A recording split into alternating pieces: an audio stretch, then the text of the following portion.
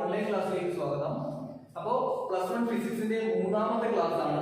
കഴിഞ്ഞ 2 ക്ലാസ്സുകളും അതിൻ്റെയുള്ള നോട്ടുകളും കിട്ടിയെന്ന് വിശ്വസിക്കുന്നു. അന്ന് പഠിപ്പിച്ച കാര്യങ്ങളെല്ലാം മനസ്സിലായെന്ന് വിശ്വസിക്കുന്നു. അപ്പോൾ വളരെ ഇമ്പോർട്ടന്റ് ആയിട്ടുള്ള കാര്യങ്ങളാണ് അന്ന് പറഞ്ഞത്. കഴിഞ്ഞ 2 ക്ലാസ്സുകളിൽ അല്ലെങ്കിൽ കഴിഞ്ഞ ഒരു ക്ലാസ്സിൽ ഞാൻ ഇമ്പോർട്ടന്റ് ആയിട്ടുള്ള കാര്യങ്ങളാണ് പറഞ്ഞത്. അപ്പോൾ അതിന്റെ കണ്ടിന്യൂഷൻ ആണ് എടുക്കാൻ പോകുന്നത്. കഴിഞ്ഞ ക്ലാസ്സിൽ ഞാൻ ഫിസിക്കൽ ക്വാണ്ടിറ്റി അതിനെ രണ്ടായിട്ട് തിരിച്ചു. ഫണ്ടമെന്റൽ ഫിസിക്കൽ ക്വാണ്ടിറ്റിയും ഡിറൈവ്ഡ് ഫിസിക്കൽ ക്വാണ്ടിറ്റിയുമായിട്ട് തിരിച്ചെന്ന് പറഞ്ഞു. ഓർമ്മയുണ്ടോ? അതിനുശേഷം ഫണ്ടമെന്റൽ ഫിസിക്കൽ ക്വാണ്ടിറ്റി എന്താണെന്ന് പറഞ്ഞു. ശേഷം ഫണ്ടമെന്റൽ ഫിസിക്കൽ ക്വാണ്ടിറ്റി മൊത്തം എത്ര എണ്ണമുണ്ട്? 7 എണ്ണമുണ്ട്. ആ 7 എണ്ണം പറഞ്ഞു. അതിന്റെ യൂണിറ്റുകൾ പറഞ്ഞു.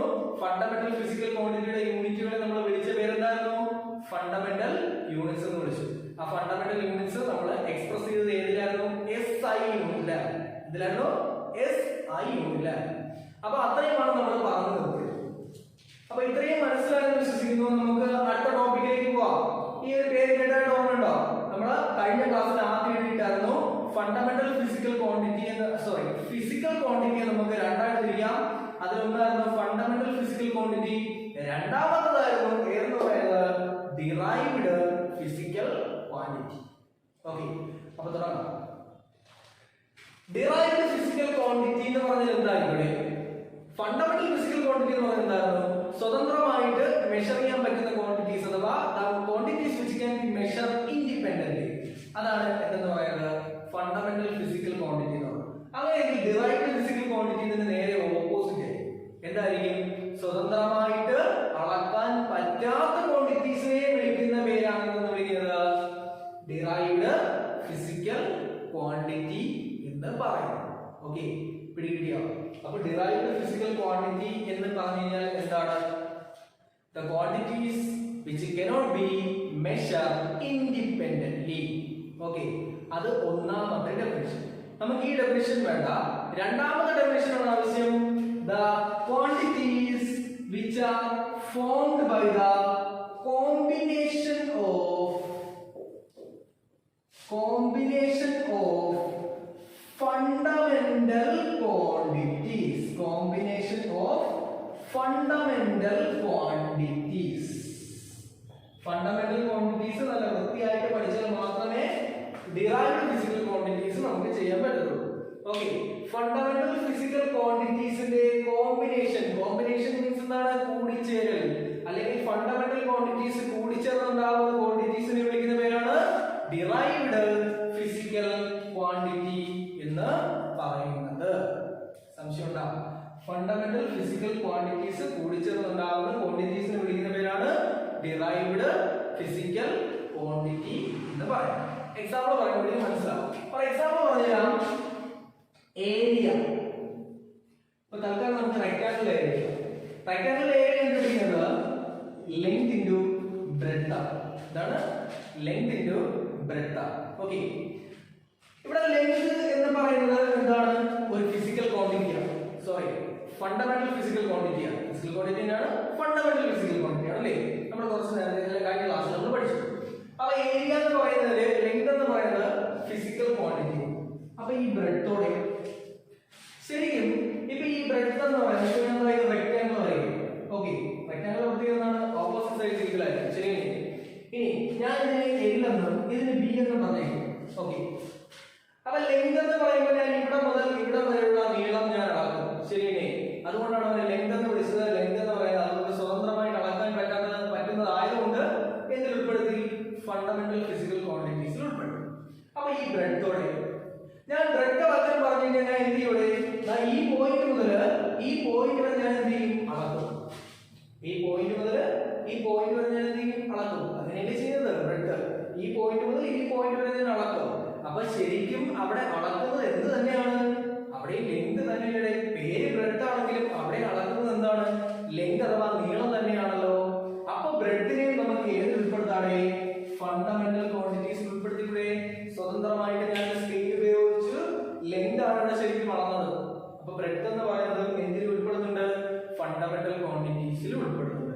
അപ്പോ ലെങ്ത് ഒരു ഫണ്ടമെന്റൽ ക്വാണ്ടിറ്റിയാണ്, ബ്രെഡ് ഒരു ഫണ്ടമെന്റൽ ക്വാണ്ടിറ്റിയാണ്. രണ്ട് ഫണ്ടമെന്റൽ ക്വാണ്ടിറ്റി ചേർന്നുണ്ടായപ്പോൾ ഉണ്ടായതാണ് എന്തെന്ന് പറയുന്നത്? ഏരിയ എന്ന് പറയുന്ന സാധനം. സംശയം ഉണ്ടാകും. ഒന്നുകൂടെ പറയാം, ഈ ലെങ്ത് എന്ന് പറയുന്നത് ഓൾറെഡി ഫണ്ടമെന്റൽ ബ്രെഡ് എന്ന് പറയുന്നത് നമ്മളിപ്പോ പറഞ്ഞു കഴിഞ്ഞു എന്താണ് രണ്ട് പോയിന്റുകൾക്കിടയിലുള്ള ലെങ്ത് അഥവാ നീളമാണ് അളക്കുന്നത്. അതുകൊണ്ട് ബ്രെഡ് എന്ത് ഉൾപ്പെടുന്നുണ്ട്? ഫണ്ടമെന്റൽ ക്വാണ്ടിറ്റി എന്ന് വേണമെങ്കിൽ, അല്ലെങ്കിൽ ബ്രെഡ് എന്ന് പറയുന്നത് ശരിക്കും എന്ത് തന്നെ ലെങ്ത് തന്നെയാണല്ലേ? പേര് ബ്രെഡ് ആണെങ്കിൽ അവിടെ എന്താണ് നമ്മൾ ശരിക്കും അളക്കുന്നതാണ് ലെങ്ത് അല്ലേ? അപ്പോ ലെങ്ത് ബ്രെഡ് എന്തിൽ ഉൾപ്പെടുന്നുണ്ട്? ഫണ്ടമെന്റൽ ക്വാണ്ടിറ്റിയിൽ ഉൾപ്പെടുന്നുണ്ട്. അപ്പൊ ഈ രണ്ട് ഫണ്ടമെന്റൽ ക്വാണ്ടിറ്റി തമ്മിൽ മൾട്ടിപ്ലൈ ചെയ്യുമ്പോഴാണ് എനിക്ക് എന്ത് കിട്ടുന്നത്? ഏരിയ കിട്ടുന്നത്. അങ്ങനെയെങ്കിൽ ഈ ഏരിയ എന്തിന് വരും? ഡിറൈവ്ഡ് ക്വാണ്ടിറ്റി വരൂലേ? രണ്ട് ഫണ്ടമെന്റൽ ക്വാണ്ടിറ്റികൾ തമ്മിൽ കൂടിച്ചേർന്നപ്പോൾ എന്തുണ്ടായി? ഒരു ഡിറൈവ്ഡ് ക്വാണ്ടിറ്റി ഉണ്ടായി. ആ ഡിറൈവ്ഡ് ക്വാണ്ടിറ്റിയാണ് എന്തെന്ന് പറയുന്നത്? ഏരിയ എന്ന് പറയുന്നത്. സംശയം ഉണ്ടാവും. അപ്പൊ ഇതാണ് എന്തെന്ന് പറയുന്നത്? ഡിറൈവ്ഡ് ക്വാണ്ടിറ്റീസ് എന്ന് പറയുന്നത്. രണ്ട് ഫണ്ടമെന്റൽ ക്വാണ്ടിറ്റി. ഇപ്പോൾ ഒരു ചോദ്യം വരാം, ബ്രെഡ് എന്ന് പറയുന്നത് ഞാൻ ഫണ്ടമെന്റൽ ക്വാണ്ടിറ്റിയുടെ കൂടെ പറഞ്ഞില്ലല്ലോ. ആക്ച്വലി ബ്രെഡ് എന്ന് പറയുന്നത് ലെങ്തിന് തുല്യമല്ലേ? നമ്മളിവിടെ ബ്രെഡ് എന്ന് പറഞ്ഞാൽ നമ്മളിവിടെ അളക്കുന്നത് എന്താണ്? ലെങ്ത് അഥവാ നീളമല്ലേ? പേര് ബ്രെഡ് ആണെങ്കിൽ നമ്മളിവിടെ അളക്കുന്നത് എന്താണ്? ലെങ്ത് അല്ലേ? അപ്പൊ ബ്രെഡിനെ നമുക്ക് എന്തായിട്ട് കരുതാം? ലെങ്ത് ആയിട്ട് കരുതിക്കൂടെ? അപ്പൊ ലെങ്ത് എന്ന് പറയുന്നത് ഏതിലാണ് ഉൾപ്പെടുന്നത്? ഫണ്ടമെന്റൽ ക്വാണ്ടിറ്റി ഉൾപ്പെടുന്നില്ലേ? അപ്പൊ ഇവര് രണ്ടുപേരും എന്തിൽ ഉൾപ്പെടുന്നവരാണ്? ഫണ്ടമെന്റൽ ക്വാണ്ടിറ്റിയിൽ ഉൾപ്പെടുന്ന ആൾക്കാരാണ്. അപ്പൊ അതിന്റെ കാര്യത്തില് സംശയമില്ല, കുഴപ്പമില്ലല്ലോ. ഓക്കെ. അപ്പോ ഡിറൈവ്ഡ് ക്വാണ്ടിറ്റീസ് എന്ന് പറഞ്ഞാൽ ഫണ്ടമെന്റൽ ക്വാണ്ടിറ്റീസിന്റെ ഒരു കോമ്പിനേഷൻ ആണെന്ന് പറയുന്നത് ഡിറൈവ്ഡ് ക്വാണ്ടിറ്റീസ് എന്ന് പറയുന്നത്. അപ്പോ ആ കാര്യത്തിൽ സംശയമില്ല. ഇനി നമുക്ക് ഒരു കാര്യം നോക്കാം.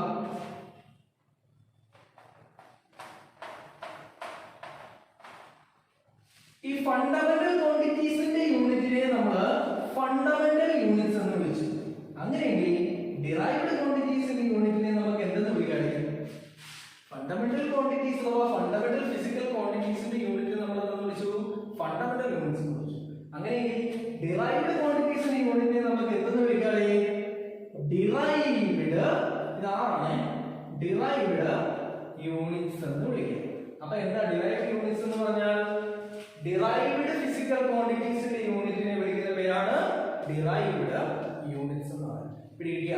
അപ്പൊ ഡിറൈവ്ഡ് യൂണിറ്റ്സ് എന്ന് പറഞ്ഞാൽ എന്താണ്? ഡിറൈവ്ഡ് ഫിസിക്കൽ ക്വാണ്ടിറ്റീസിന്റെ യൂണിറ്റിനെയാണ് എന്ന് വിളിക്കുന്നത് ഡിറൈവ്ഡ് യൂണിറ്റ്സ് എന്ന് വിളിക്കുന്നത്. അല്ലെങ്കിൽ നമുക്ക് എന്ത് പറയാം? നമുക്ക് വേറെ ഡെഫിനിഷൻ നോക്കാം. It is the combination of fundamental units. It is the combination of fundamental units. Fundamental യൂണിറ്റുകളുടെ കോമ്പിനേഷനെ വിളിക്കുന്ന പേരാണ് എന്തെന്ന് പറയുന്നത്? ഡിറൈവ്ഡ് യൂണിറ്റ് എന്ന് പറയുന്നത്. അപ്പൊ രണ്ട് ഡെഫിനിഷൻ ഉണ്ട്. അപ്പൊ ഒന്നാമത്തെ ഡെഫിനിഷൻ എന്ന് പറയുന്നത് ഡിറൈവ്ഡ് ഫിസിക്കൽ ക്വാണ്ടിറ്റീസിന്റെ യൂണിറ്റിനെയാണ് നമ്മൾ എന്തെന്ന് വിളിക്കുന്നത്? ഡിറൈവ്ഡ് യൂണിറ്റ് എന്ന് പറയുന്നത്. ഓക്കെ. രണ്ടാമത്തെ എന്താണ്? ഫണ്ടമെന്റൽ. ഇപ്പോ ഡിറൈവ്ഡ് ക്വാണ്ടിറ്റീസ് എന്ന് പറഞ്ഞാൽ ഫണ്ടമെന്റൽ ക്വാണ്ടിറ്റീസിന്റെ കോമ്പിനേഷൻ. അങ്ങനെയെങ്കിൽ ഡിറൈവ്ഡ് യൂണിറ്റ്സ് നമുക്ക് എന്താ പറയാം? ഫണ്ടമെന്റൽ യൂണിറ്റ്സിന്റെ കോമ്പിനേഷൻ എന്ന് പറഞ്ഞൂടെ?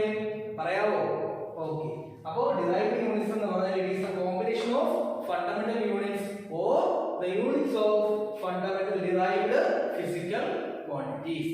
ഡിറൈവ്ഡ് ഫിസിക്കൽ ക്വാണ്ടിറ്റീസിന്റെ യൂണിറ്റോ അല്ലെങ്കിൽ എന്തെന്ന് പറയാം? ഫണ്ടമെന്റൽ യൂണിറ്റ്സുകൾ കൂടിച്ചേർന്നുണ്ടായ യൂണിറ്റിനെ നമുക്ക് എന്തെന്ന് വിളിക്കാം? ഡിറൈവ്ഡ് യൂണിറ്റ്സ് എന്ന് വിളിക്കാം. അപ്പൊ അത്രയും മനസ്സിലായെന്ന് വിശ്വസിക്കുന്നു. നമുക്ക് ഈ കുറച്ച് ഡിറൈവ്ഡ് യൂണിറ്റ്സുകൾ പഠിക്കാം. ഓക്കെ. അപ്പൊ ഇതും ഞാൻ കഴിഞ്ഞ ക്ലാസ്സിൽ പറഞ്ഞ പോലെ ഒന്ന് എഴുതി എടുക്കുക.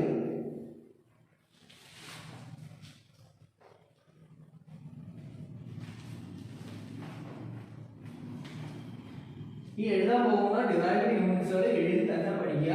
ഇതിനുശേഷം നമ്മൾ പഠിക്കാൻ പോകുന്നത് ഡയമെൻഷൻ എന്ന് പറയുന്ന ഒരു ടോപ്പിക്കാണ്. അത് നിങ്ങൾ പുതിയതായിട്ട് പഠിക്കുന്ന ടോപ്പിക്കിന് ഡയമെൻഷൻ എന്ന് പറഞ്ഞാൽ എളുപ്പമാണ്. പക്ഷെ അതുകൂടെ നിങ്ങൾ എന്ത് ചെയ്യുക? ഇതേപോലെ പഠിച്ചു കഴിഞ്ഞാൽ ഇത് മൊത്തം, അതായത് നമുക്ക് ഈ ഡിറൈവ്ഡ് യൂണിറ്റ്സും ഡയമെൻഷൻസും പിന്നീട് നമുക്ക് പല കാര്യങ്ങൾക്ക് ആവശ്യമുള്ളതാണ്. അപ്പോൾ ഇത് എല്ലാം എന്ത് ചെയ്യുന്നുണ്ട്? നിങ്ങൾക്ക് നന്നായിട്ട് അറിയാമെങ്കിൽ മാത്രമേ ബാക്കിയുള്ള ക്ലാസ്സുകൾ അല്ലെങ്കിൽ ബാക്കിയുള്ള ടോപ്പിക്കുകൾ നമുക്ക് കടക്കാൻ പറ്റുള്ളൂ. ഓക്കെ. അപ്പൊ ഡിറൈവ്ഡ് യൂണിറ്റ്സും ഡിറൈവ്ഡ് ക്വാണ്ടിറ്റീസും കുറച്ച് പഠിക്കാം. അപ്പൊ ഞാൻ ഹെഡിങ് കൊടുക്കുകയാണ് ഡിറൈവ്ഡ് ക്വാണ്ടിറ്റീസ്. എന്താണ്? Derived quantities. നേരത്തെ നമ്മൾ കൊടുത്തില്ലേ അതുപോലെ ഞാൻ അപ്പുറത്ത് എസ് ഐ യൂണിറ്റ് എന്നാണ് എഴുതുന്നത്? അല്ല, നമ്മൾ എന്താണ് എഴുതുന്നത്? ഡിറൈവ്ഡ് യൂണിറ്റ്സ് എന്നാണ് എഴുതുന്നത്. ഓക്കെ. ഈ ഡിറൈവ്ഡ് യൂണിറ്റ്സ് നമ്മൾ എഴുതുന്നത് അല്ലെങ്കിൽ എക്സ്പ്രസ് ചെയ്യുന്നത് ഏതിലായിരിക്കും? S I യൂണിറ്റിലായിരിക്കും. ഞാൻ നേരത്തെ പറഞ്ഞു ഇനി നമ്മൾ എഴുതാവുന്ന എല്ലാ യൂണിറ്റുകളും എന്ത് യൂണിറ്റിൽ എഴുതാവൂ? SI യൂണിറ്റിൽ എഴുതാം. പിടിക്കുക. അപ്പോ നമ്മൾ നേരത്തെ എഴുതിയ ഫണ്ടമെന്റൽ ക്വാണ്ടിറ്റീസ് എല്ലാം എഴുതിയത് എന്ത് യൂണിറ്റിലായിരുന്നു? SI യൂണിറ്റിലാണ്. ഒരു ചോദ്യം വരാൻ ലെങ്തിന്റെ SI യൂണിറ്റ് എന്ന് പറഞ്ഞാൽ എന്താണ്? മീറ്റർ ആണ്. ഒരിക്കലും കിലോമീറ്ററോ സെന്റിമീറ്ററോ അല്ല, മില്ലിമീറ്ററോ ഒന്നും അല്ല. ലെങ്തിന്റെ SI യൂണിറ്റ് എന്നൊരു ചോദ്യം വന്നു കഴിഞ്ഞാൽ നിങ്ങളുടെ ഉത്തരം എന്തായിരിക്കണം? മീറ്റർ എന്നായിരിക്കണം. അതുപോലെ മാസിന്റെ SI യൂണിറ്റ് എന്ന് ചോദിച്ചു കഴിഞ്ഞാൽ നിങ്ങൾ എന്ത് പറയണം? കിലോഗ്രാം എന്നേ പറയാവൂ. ഒരിക്കലും എന്ത് പറയരുത്? ഗ്രാം എന്നോ മില്ലിഗ്രാം എന്നോ പറയരുത്. ലെങ്ത് മാസിന്റെ SI യൂണിറ്റ് ചോദിച്ചു കഴിഞ്ഞാൽ എന്ത് പറയാ? കിലോഗ്രാം എന്ന് പറയുക. അതുപോലെ എന്ത് ചെയ്യുക? ബാക്കിയുള്ള ക്വാണ്ടിറ്റീസും എല്ലാം അങ്ങനെയാണ്. അതുപോലെ തന്നെയാണ് ഡിറൈവ്ഡ് ക്വാണ്ടിറ്റീസ്. അപ്പൊ ഓരോ ഡിറൈവ്ഡ് ക്വാണ്ടിറ്റീസ് ആയിട്ട് നമുക്ക് പഠിക്കാം. ഒന്നാമത്തെ ഡിറൈവ്ഡ് ക്വാണ്ടിറ്റിയാണ് ഏരിയ. ഒന്നാമത്തെ ഡിറൈവ്ഡ് ക്വാണ്ടിറ്റിയാണ് പഠിക്കാനുള്ളത് ഏരിയ. നമുക്കിവിടെ ഏരിയയുടെ ഇക്വേഷൻ നമുക്ക് എന്ത് കൊടുക്കുകയാണ്? Length into breadth. റെക്ടാംഗിളിന്റെ കേസാണ് പറയുന്നത്. Length into breadth. Okay. Area is equal to L into B. നമുക്ക് ഇതിന്റെ യൂണിറ്റ് ഉണ്ടാക്കി എഴുതാമോ? ഓക്കേ. അപ്പോ ലെങ്തിന്റെ യൂണിറ്റ് എന്താണ്? ഞാൻ ചോദിച്ചത് SI യൂണിറ്റ് ആണ്. ഇനി ഞാൻ എന്ത് യൂണിറ്റ്, ഞാൻ എന്താണ് യൂണിറ്റ് എന്ന് ചോദിച്ചു കഴിഞ്ഞാൽ നിങ്ങൾ എന്തെന്ന് പറയാമോ? SI യൂണിറ്റ് മാത്രമേ പറയാം. ഓക്കേ. അപ്പോൾ ലെങ്തിന്റെ യൂണിറ്റ് എന്താണ്?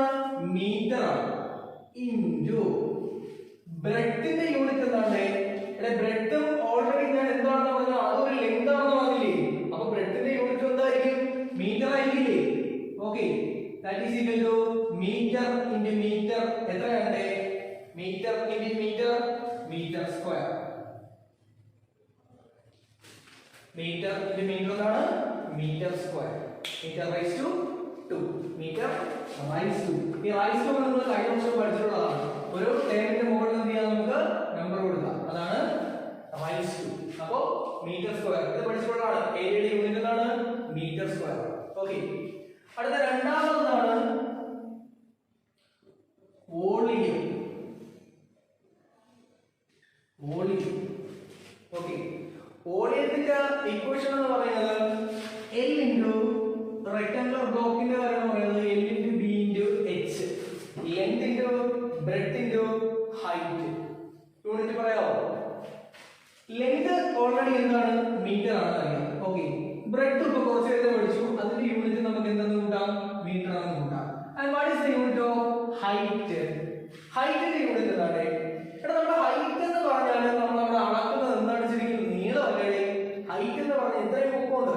ഈ പൊക്കത്തിന് ഞാൻ ശരിക്കും ഒരു ടേപ്പ് കൊണ്ട് നീളമല്ലേ ഞാൻ അളക്കുന്നത്? അപ്പോ അത് എന്താണ്?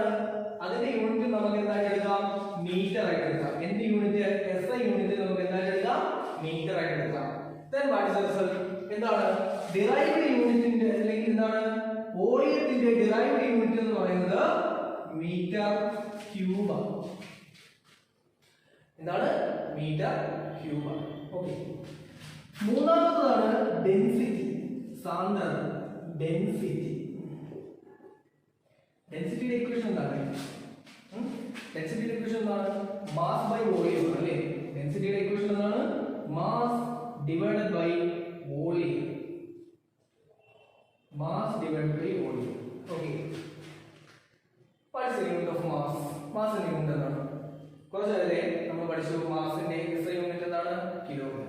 അപ്പോ മാസിന്റെ യൂണിറ്റ് എന്താണ്? കിലോഗ്രാം.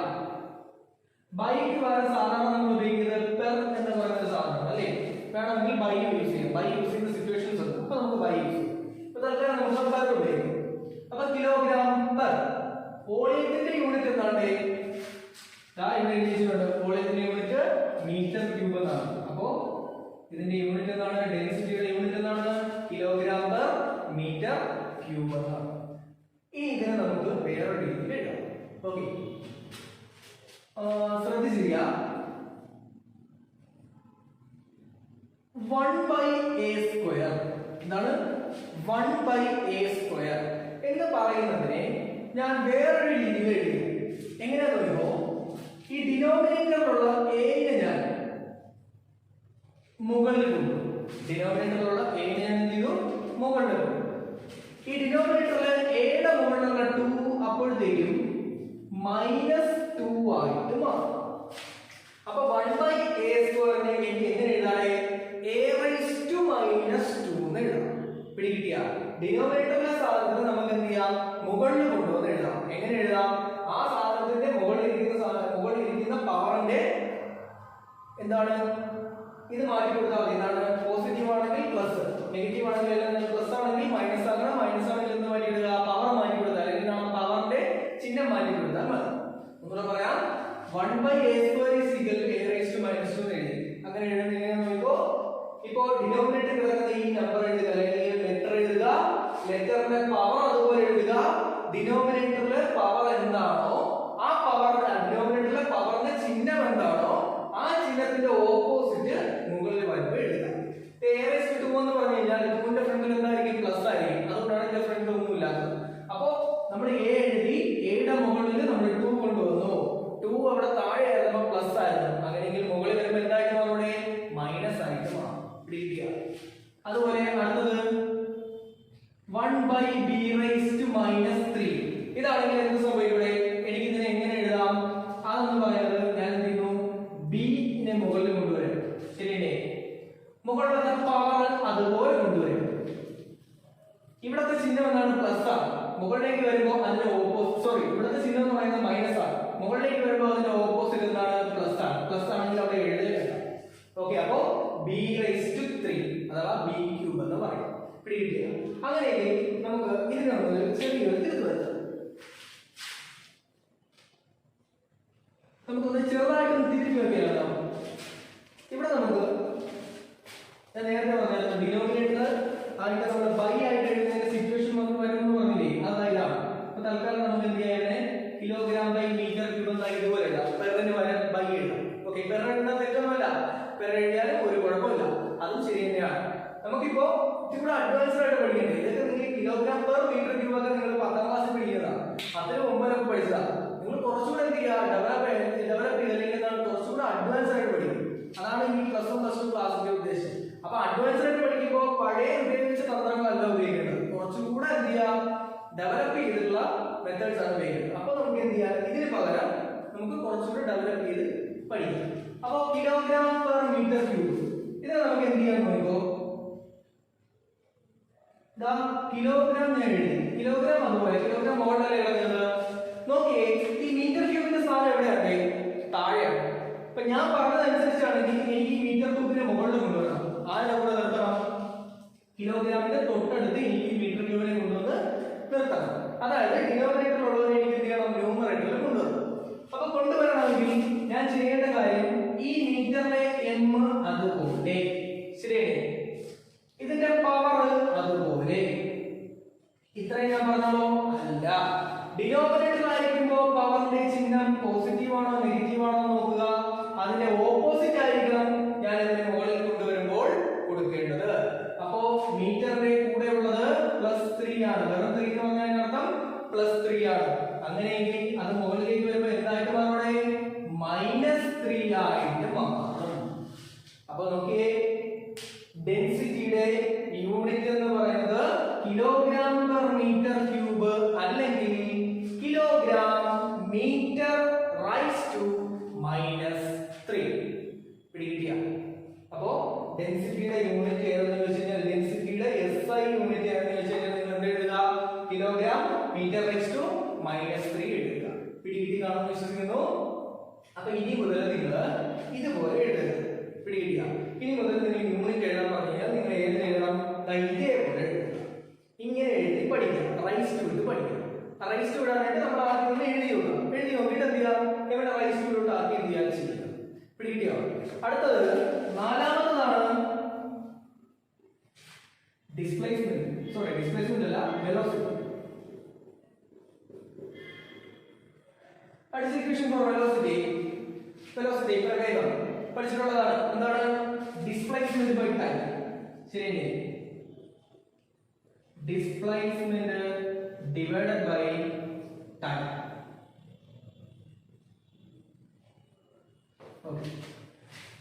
ഡിസ്പ്ലേസ്മെന്റിന്റെ യൂണിറ്റ് നിങ്ങൾ 8ാം ക്ലാസ്സിൽ പഠിച്ചിട്ടുള്ളതാണ്. ഡിസ്പ്ലേസ്മെന്റിന്റെ SI യൂണിറ്റ് എന്ന് പറയുന്നത് മീറ്റർ ആണ്.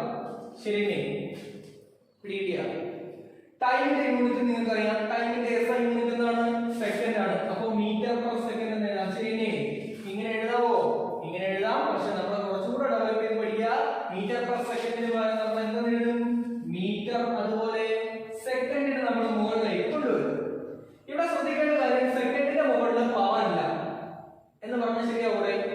ഇല്ല. കാരണം സെക്കൻഡിന്റെ മുകളിൽ ഒന്നുമില്ല എന്ന് പറഞ്ഞു കഴിഞ്ഞാൽ അതിനർത്ഥം അവിടെ എന്തുണ്ടെന്ന് അർത്ഥം 1 എന്ന് പറയുന്ന ഒരു നമ്പർ ഉണ്ടെന്നാണ് അർത്ഥം.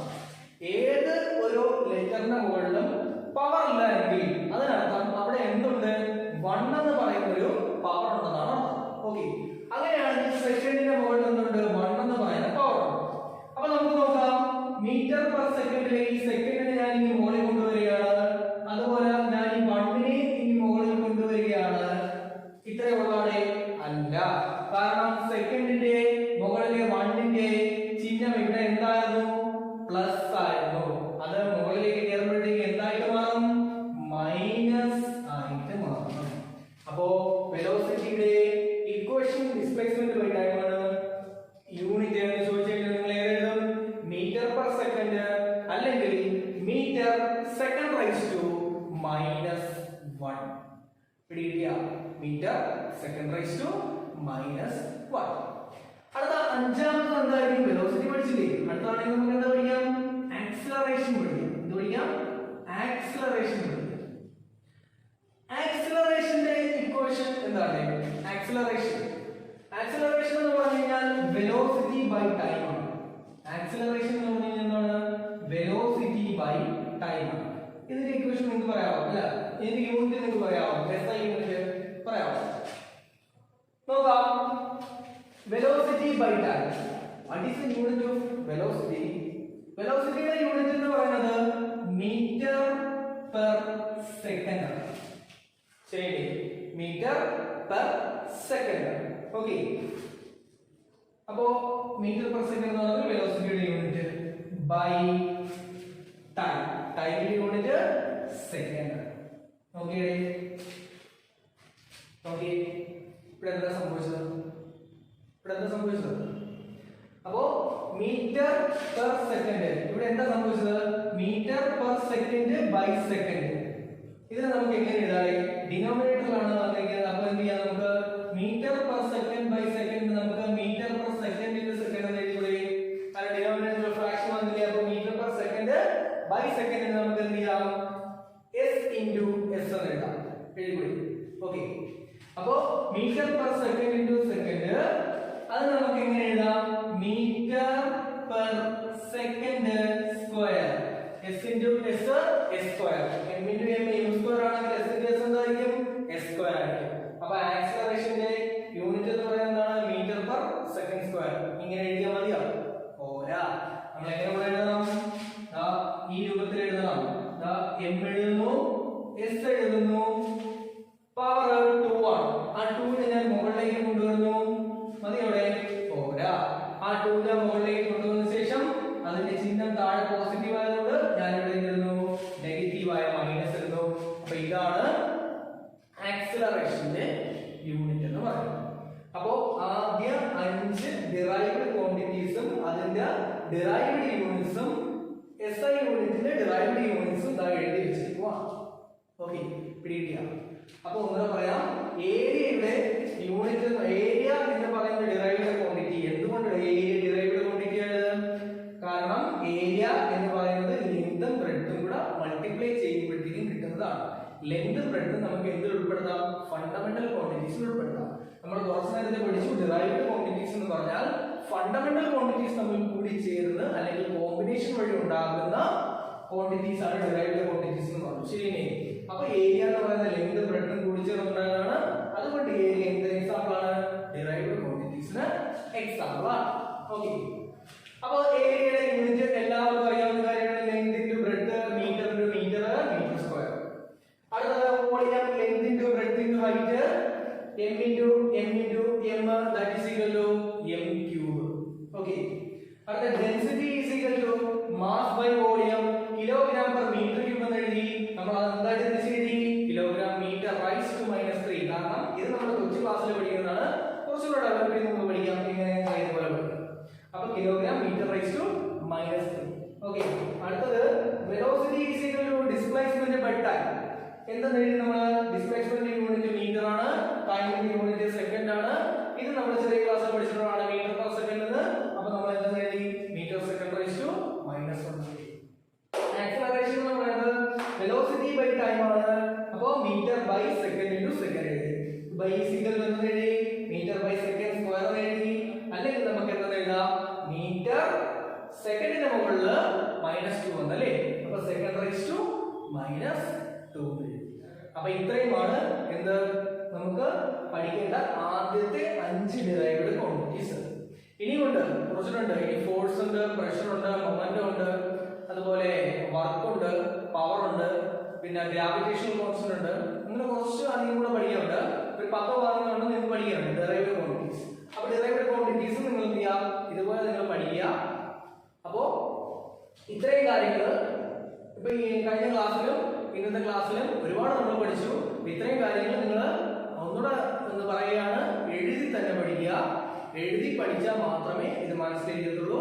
ഇത് നമുക്ക് ഇനി വരുന്ന ചാപ്റ്ററുകളിലേക്ക് അല്ലെങ്കിൽ ഇനി വരുന്ന ടോപ്പിക്സിലേക്ക് നമുക്ക് ഏറെ ആവശ്യമുള്ള സാധനങ്ങളാണ് ഇതെല്ലാം. ഈ യൂണിറ്റുകളും ഇനി പഠിക്കാൻ പോകുന്ന ഇനി നമ്മൾ പഠിക്കുന്ന ഡിറൈവ്ഡ് ക്വാണ്ടിറ്റീസ് കുറച്ചുകൂടി പഠിക്കുന്നുണ്ട്. അത് പഠിച്ചതിന് ശേഷം നമ്മൾ പഠിക്കാൻ പോകുന്ന ഡയമെൻഷൻ എന്ന് പറയുന്ന ടോപ്പിക്, അതിന്റെ ആപ്ലിക്കേഷൻ പഠിക്കാനുണ്ട്, കുറച്ചധികം പഠിക്കാനുണ്ട്. അപ്പോൾ ഇത്രയും ടോപ്പിക്കുകൾ നിങ്ങൾ എഴുതി പഠിക്കുക. ഡൗട്ട്സ് എന്തെങ്കിലും ഉണ്ടെങ്കിൽ പറയുക. Okay, thank you.